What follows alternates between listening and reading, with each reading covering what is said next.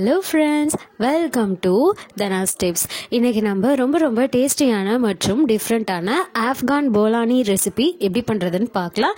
இந்த ரெசிபி பண்ணுறதுக்கு தேவையான பொருட்கள்: மைதா மாவு 200 கிராம், உருளைக்கிழங்கு 4, நறுக்கிய வெங்காயம் 1 கப், ஜீரகம் 1 ஸ்பூன், பச்சை மிளகாய் 1, இஞ்சி 1 துண்டு, பூண்டு 7 பல், மிளகாய்த்தூள் 1 ஸ்பூன், கறிவேப்பிலை, உப்பு மற்றும் எண்ணெய்.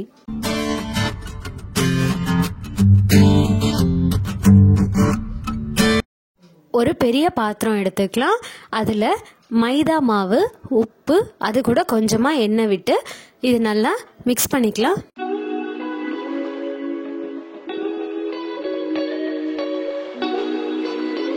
எண்ணெய் விட்டு மிக்ஸ் பண்ணி முடிச்சாச்சு. அடுத்ததில் கொஞ்சமாக தண்ணி சேர்த்து மிக்ஸ் பண்ணிக்கலாம்.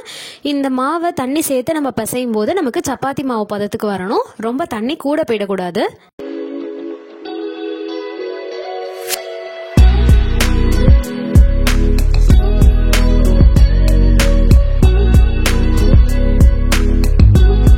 இப்போ பார்த்தீங்கன்னா மாவு நமக்கு சப்பாத்தி மாவு பதத்துக்கு வந்துருச்சு. இந்த மாவை அப்படியே ஒரு பிளேட் வச்சு மூடி வச்சு அரை மணி நேரத்துக்கு ஊற வச்சு எடுத்துக்கலாம். கடுகு வெடிக்க ஆரம்பிச்சிருச்சு. இப்போ நம்ம உருளைக்கிழங்க சேர்க்கணும். உருளைக்கிழங்கு பார்த்தீங்கன்னா அதை அரிஞ்சு வேக வச்சு குக்கரில் வெந்ததுக்கு அப்புறமா அதை நல்லா மசிச்சு விட்டு எடுத்துக்கணும். இதோ இந்த மாதிரி உருளைக்கிழங்க மசிச்சு எடுத்துக்கணும். அடுத்து இஞ்சி பூண்டெல்லாம் இந்த மாதிரி பொடி பொடியாக அரிஞ்சு வச்சுக்கலாம். பச்சை மிளகாய் அதையும் பொடியாக அரிஞ்சுக்கலாம்.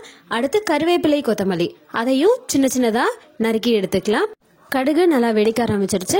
இப்போ இதில் நம்ம பச்சை மிளகாயையும் ஜீரகத்தையும் சேர்த்துட்டு வறுத்துக்கலாம். அடுத்து இதில் நம்ம பொடியா நறுக்குனா பூண்டு பற்களை சேர்த்தலாம். பூண்டு சேர்த்து வதக்கியாச்சு. அடுத்ததுல நம்ம பொடியா நறுக்கி வச்ச வெங்காயத்தையும் பூரணத்துக்கு தேவையான அளவு உப்பையும் சேர்த்துட்டு வதக்கிக்கலாம். வெங்காயம் லைட்டாக வதங்கி முடிச்ச பிறகு நம்ம இதில் மிளகாய் தூளை சேர்த்துட்டு வதக்கிக்கலாம். மிளகாய் தூள் சேர்த்ததுக்கப்புறம் உங்களுக்கு எண்ணெய் பத்தாத மாதிரி இருந்துச்சுன்னா நீங்கள் இதில் கொஞ்சம் எண்ணெய் சேர்த்துக்கலாம். மிளகாய் தூளோட பச்சை வாசனை போகிற வரைக்கும் வதக்கி முடிச்ச பிறகு இதில் நம்ம வேக வச்சு மசிச்சு எடுத்த உருளைக்கிழங்கை சேர்த்துட்டு நல்லா மிக்ஸ் பண்ணி விட்டுக்கலாம். உருளைக்கிழங்கு சேர்த்து கலக்கும் போதே நம்ம இதில் பொடியாக நறுக்கின கறிவேப்பிலை, கொத்தமல்லி தழையையும் சேர்த்துட்டு நல்லா மிக்ஸ் பண்ணி விட்டுக்கலாம். நம்ம சேர்த்த உருளைக்கிழங்கோட நம்ம வதக்கின எல்லா பொருட்களும் நல்லா மிக்ஸ் ஆகணும். நல்லா மிக்ஸ் ஆகி முடித்த பிறகு இந்த உருளைக்கிழங்கு மசாலாவை ஒரு 2 நிமிஷம் நம்ம வேக வச்சு எடுத்துக்கலாம். உருளைக்கிழங்கை நம்ம ஏற்கனவே வேக வச்சதுனால இது ரொம்ப நேரம் வேக வைக்கணுங்கிற அவசியம் கிடையாது. 2 நிமிஷத்தில் நமக்கு இந்த பூரணம் தயாராகிடும். 2 நிமிஷம் ஆயிடுச்சு. பூரணம் நமக்கு நல்லா தயாராகிடுச்சு.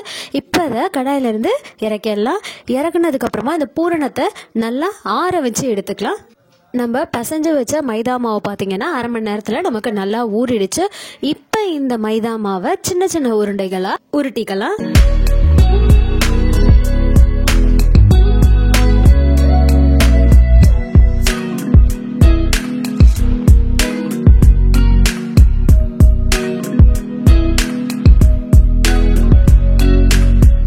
நம்ம உருட்டி எடுத்த உருண்டையை மைதா மாவில் போட்டு பரட்டிட்டு நம்ம சப்பாத்திக்கு திரட்டுற மாதிரி திரட்டி எடுத்துக்கலாம்.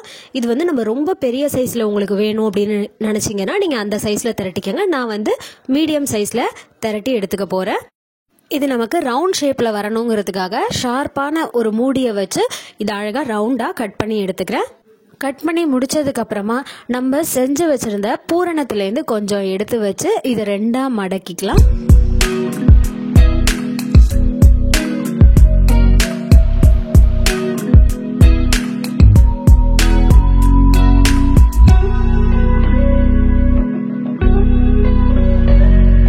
இதோட கார்னரில் டிசைன் வரணுங்கிறதுக்காக நான் ஃபோர்க்கை வச்சு அமுத்தி விடுறேன்.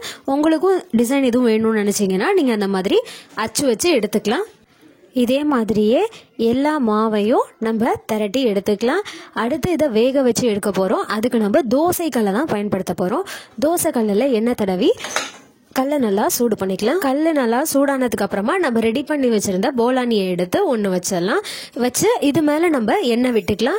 எண்ணெய் நிறையா விடும்போது தான் இது நல்லா நமக்கு கிறிஸ்பினஸ் கிடைக்கும். இந்த போலானியை திருப்பி போட்டு அப்பப்போ மாற்றி மாற்றி திருப்பிட்டு வேக வச்சுக்கலாம். அப்போ தான் இது நமக்கு நல்லா சமமாக வேகும். முன்னாடி இருந்ததை விட நம்ம இப்போ தோசைகளில் போட்டதுக்கப்புறம் நமக்கு நல்லா உப்பி வந்திருக்கிறது தெரியும்.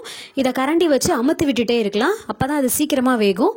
இப்போ பார்த்தீங்கன்னா இதோட கலர்லாம் சேஞ்ச் ஆகி இது 2 பக்கமும் நல்லா சமமாக வெந்துருச்சு. இதை நம்ம தோசைக்கல்லிலேருந்து எடுத்துடலாம். இதே மாதிரியே எல்லா போலானியையுமே நம்ம தோசைக்கல்லில் போட்டு வேக வச்சு எடுத்துக்கலாம். ரொம்ப ரொம்ப டேஸ்டியான ஆப்கான் போலானி தயாராகிடுச்சு. ட்ரை பண்ணிட்டு எப்படி இருக்குன்னு கமெண்ட் பண்ணுங்கள். சேனலுக்கு சப்ஸ்கிரைப் பண்ணுங்கள். மறக்காமல் பக்கத்தில் இருக்க பெல் ஐகானை கிளிக் பண்ணிக்கோங்க. தேங்க்யூ.